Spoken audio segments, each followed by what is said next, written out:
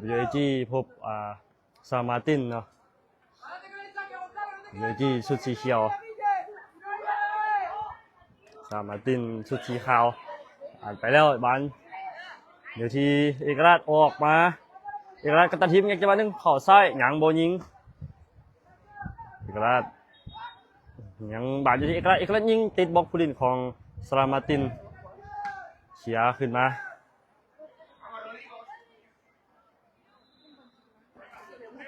บาดอยู่ที่บิ๊กซ้าย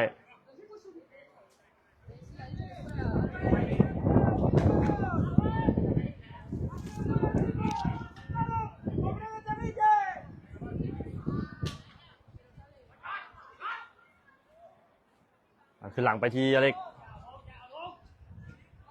ให้เข้ากลางมาหลังที่ติโง่จะให้บูดีเนาะบาลหมายเลข11เชียร์ออกข้างไปเป็นบอลทุ่มของ WAG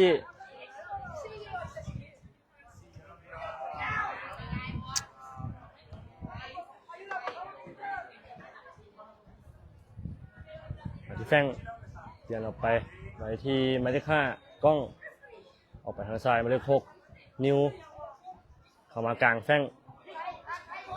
มาอยู่ที่บอลหมายเลข9หักเข้าซ้ายบอลยิงเองคอยเกินไปขอมือผู้ชาประตู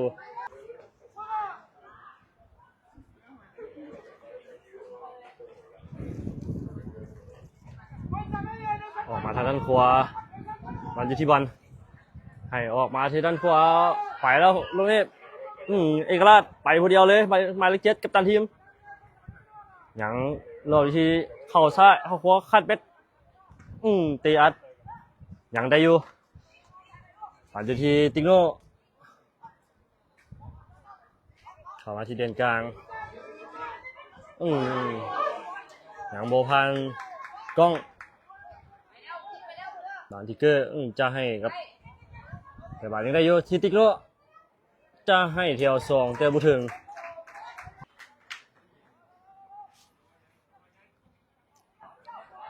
ผ่านที่อนุสักให้มาที่บอลมาเลเก้าบอลยักลากเข้าไปบอล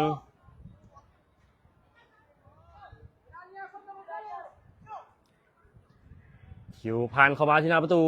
ยังโบมีไผ่ผู้เล่นของด้านซาลามาตินเชียวออกมาคิวยังนำเก็บบอลได้อยู่ขออภัยติกโน่นะหมายเลข13ให้บอลบุดีสำหรับนิวเสียบอลไปให้กับหมายเลข17แหงออกมาทางด้านขวายังโบพานนิวให้ชันมาที่อนุสักอนุสักยังปั้มบอลได้อนุสักจะให้แต่ที่บล็อกเนาะมาที่อนุสักยังคล้องบอลได้อยู่ให้มาที่เอกราชเข้าขวาเอกราชตัดสินใจยิงล้วนยิงนี่เป็นประตูWAG ประตูที่1จากการยิงของหมายเลข7เอกราชวิไลกุลยาวขึ้นไป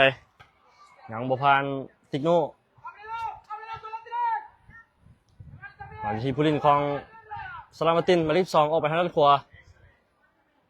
จะหลอกจะเตะผ่านแต่ยังบพานผู้เล่นของ WAG กรรมการให้เป็นบันฟาวให้กับ WAGยิงไปแทงออกไปทางด้านซ้ายชิวไปแล้วตอนนี้ชิวไปเลย15ทันแต่ลบผูกเสาประตูแต่ยังไปยังได้อยู่กรรมการชิงหน้าประตูยังบอกว่าจังไงผ่านที่ผู้เล่นของ WAG หมายเลข7เอกราชกรรมการยังบอกเขาเป้าเนาะยังซอยกันเนาะเรา WAG เปิดเข้าไปบอมีไผ่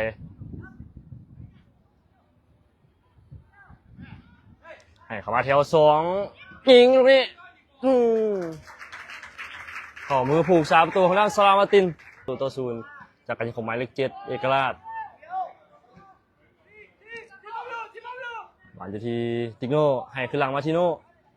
กลับขึ้นหลังไปอเล็กให้เขากลางมาที่บอลหมายเลข9ผ่านที่ติโน่ให้เข้ากลางแฟง พลิกไปที่อนุสักดิ์เขียนเบื้องซ้ายจะให้เขาในจะยังได้อยู่อนุสักดิ์เอกราชว่าจะในเอกราชหักเข้าซ้ายยิงเองยังติดผู้เล่นของด้านสลามาตินตัดบอลมาได้จะสวนแต่ถึงดักไม่ได้เนาะผ่านที่บอลจะไปเองยังได้อยู่ผ่านที่แฟงยิงได้บอลลูกนี้แฟงยังโดนกับผู้รักษาประตูกลับขึ้นมาแถว2ยิงติดบล็อกให้สั้นๆมาแถว2ยิงเองเลยลูกนี้เป็นบอลออกหลังไปให้สั้นๆมาที่นิวให้มาที่อนุสักดิ์เงียบเข้าไปมาที่คิวเนาะมาที่15อย่างปอมบังก็จะอยู่ก่อนยุทธิการสนามให้ขึ้นมาที่มาเลข15อบยาวเข้าไปอย่างแงกจังหวะหนึ่งให้มาที่ยิงเองลูกนี้บอลอยู่ที่ติ๊กโน่ให้มาที่คิวหักเข้าซ้ายยิงเองลูกนี้ติดบล็อกผู้เล่นของด้านสลามาตินมาที่แฟงเข้ามาที่เลนกลางที่บอลมาที่อนุสักดิ์โยนแทงมาหมายเลข15ยังไปได้โยนมาที่ไทเกอร์เอกราชยิงเองลูกนี้เป็นประตู WAG ได้ประตูที่3จากการยิงของหมายเลข7เอกราชวิไลกุลยังดักไม่ได้เข้ามากลางที่แฟงออกมาที่บอลลากใส่ลากยาวขึ้นมาจะแทงให้ไปเนาะบางจังหวะนี้จะยิงเองหรือว่าบอลเข้าไส้ยังมาที่เอกราชเข้าขวายิงเองน่าจะได้ออกหลังไปให้เข้ากลางบอลหลังที่แฟงลากขึ้นมาให้เข้ามาที่ไทเกอร์จะไปแต่ยังได้อยู่เป็นดีสำหรับตรงนี้เอกราชลากเข้าไปเอกราชยังหลอกจังหวะนึงเอกราชยิงเองโอ้ไทเกอร์บอลตัดสินใจยิงเองแล้วลูกนี้หลังบอลเป็นประตู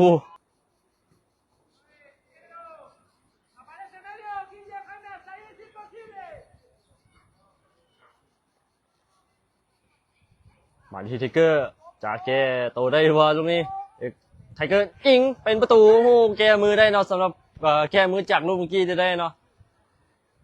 เอกราชได้ประตูWAG ได้ประตูที่4เนาะจากการยิงของหมายเลข7เอกราชวิไลกุลนี่ก็จะเป็นนัดที่2เนาะเป็นนัดสุดท้ายของมื้อนี้มื้ออื่นเขาจะมีการแข่งขันอีกในวันที่21เนาะบอลอยู่ที่บอล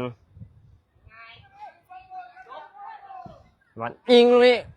เป็นประตู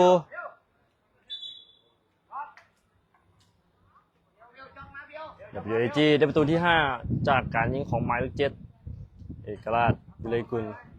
ทางด้านของท่านสลามาตินได้โบถึงผู้เล่นของ WAG ดักมาได้หมายที่กล้องหมายเลข5ให้มาที่โน่มาที่หมายเลข13ติ๊กโน่ลากเข้ามาหลังแทงมาที่คิวหมายเลข11คิวแหวกเข้าในคิวยังบุพันหมายเลข21ของด้านสลามาตินยังได้อยู่มาที่เอกราชให้คืนหลังมาที่นิวให้มานิวอีกทีหนึ่งจะตัดเข่าในยังได้อยู่บอลอยู่ที่แฟงมาที่นิวให้เข้ามาที่เอกราชยังไปบ่ได้เสียบอลให้ทางด้านเอายังดักได้เนาะออกมาที่ติ๊กโน่ผ่านเข้ามาที่หน้าประตูยิงเป็นประตูลูกนี้ WAG ได้ประตูที่6จากการยิงของหมายเลข8แฟงให้สั้นๆมาที่แดนกลางลากเข้าใส่จังบ่ผ่านทางกล้องผู้เล่นของ WAG ตัดไปมาได้บอลที่แฟงมาที่เอกราชหักเข้าขวาแต่ยาวกันไปบอลที่คิวยิงเองยังติดเซฟผู้รักษาประตูออกหลังไปเราจะเจอทีมจากอเมริกาเนาะ ฟอร์มอะคาเดมี่เอ้าอู้เป็นประตูแล้วเปิดมุมเข้ามาจังหวะนี้หัวต่ำเข้าไป WIG ได้ประตูที่7จากการยิงของบอลนะหัวต่ำเข้าไป7-0เนาะ WIG ขึ้นนำซามาตินไปเป็นกัปตันเปลี่ยนมาเป็นกัปตันทีมแล้วอนุสักเปลี่ยนจากเอกราชหมายเลข7อายเพิ่นเนาะให้มาเป็นกัปตันทีมแทน WIG ตั้ง2เนาะจะมีการเปลี่ยนผู้เล่นทั้ง3คนแล้วกันเนาะเป็นผู้รักษาประตูซันนี่เนาะหมายเลข2แล้วก็มีหมายเลข16มาจากอเมริกา1คนชื่อคูเปอร์ที่คูเปอร์ให้ออกมาทีคิวออกไปทางด้านซ้ายมาที่หมายเลข14มาที่พอต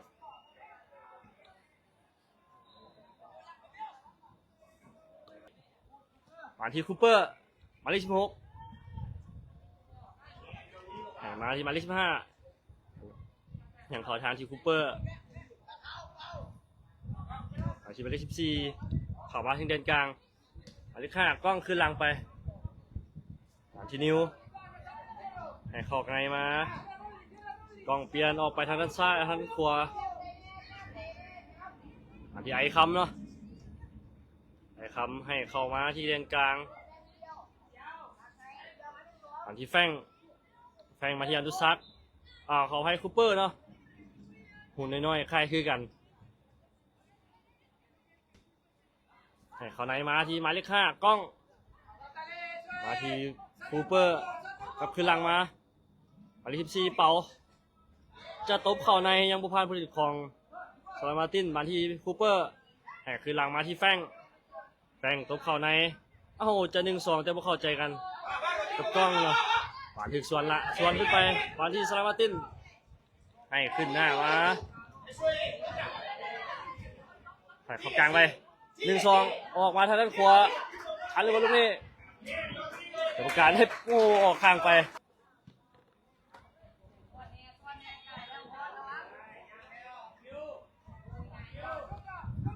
ดิซิโน่ดึงไว้จังหวะหนึ่งมาที่กล้องหันมาแฟงเงียงจะให้เจ๊บ่ให้จะให้เข้าในถึกดักไว้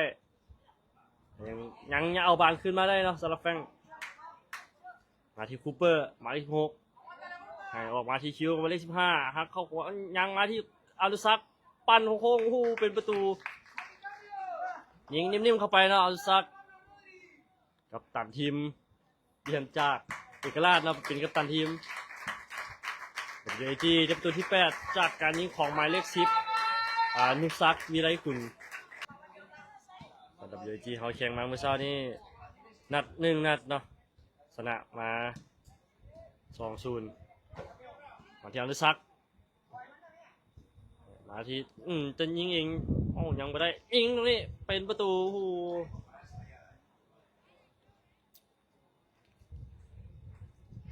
WIG ได้ประตูที่9จากการยิงของแฟงเนาะหมายเลข8ไปอันที่เปาให้เข้ากลางมาแฟงมาที่คิวเข้ามาที่เลนกลางให้มาที่อนุซักให้มาจะมาเลข15คิวมาที่ไอคัมยิงเองนี่ตับคานฟงมาซูเปอร์ยังนำบาดได้บ่ยังบ่ทันผู้เล่นของทางด้านสลามาตินนะบานที่เปาให้มาที่นิวเปลี่ยนฝากออกไปที่ไอคัม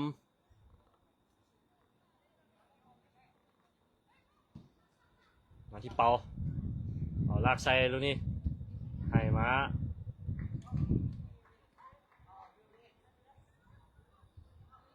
เป่าอีกทีหนึ่งให้ออกไปทางด้านขวา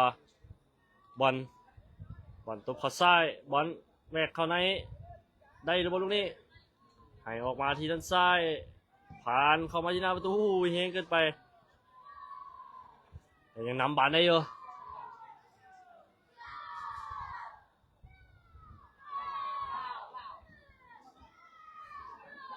มาที่บอลยังงองแงหน้าประตูให้มาที่อดิศักปั้นเข้ามือผู้สาประตูให้เข้ากลางมานิวคูเปอร์แทงมาทีหมายเลข15ให้ออกไป14เป่าคือบันเดอร์ซัก1-2เป่าตบเข้าในเป่ายิงเองโอ้ต่อข้างประตูไปทีนิวให้มากล้องเข้าในอนุซักแทงโบพานพูลินสลับตินเชียร์ออกมายังเก็บได้อยู่ถึงตัดบายมาได้เวลาประเทศลาวอาจจะมีการแข่งขันกับทีมมาจากอเมริกาฟอร์มอะคาเดมี่ในเวลา 17:00 น.เป็นประเทศเป็นเวลาประเทศลาว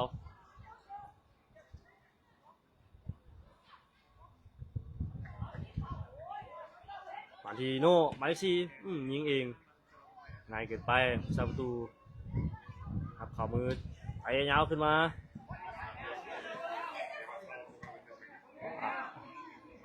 อันที่กองหน้าสลามตินยิงเองเข้ามือของซันนี่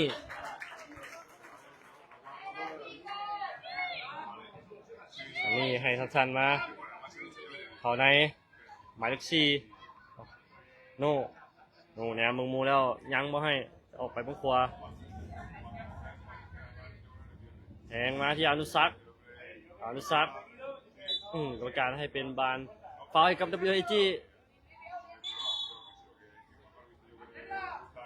เป็นบานฟรีคิกของ WAG เนาะลูกนี้เข้ามาเป็นบานออกหลังไปมีอย่างเกิดขึ้นนะเป็นบานตั้งเตะจากหน้าประตูของด้านสลาตินนะ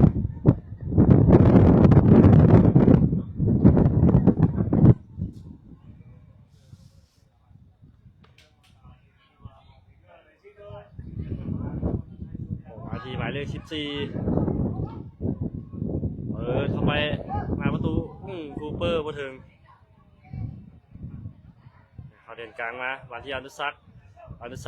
หุ้ยควยให้มาที่กล้องยิงเองเรื่องนี้เป็นหมายเลข9นะ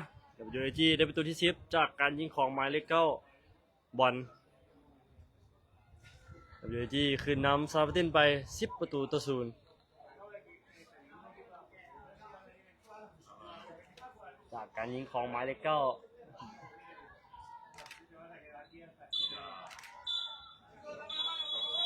กรรมการเป่าวีดจบเกมการแข่งขันผลกว่า WAG เอาชนะสลามาตินทีมจากสเปนไป10-0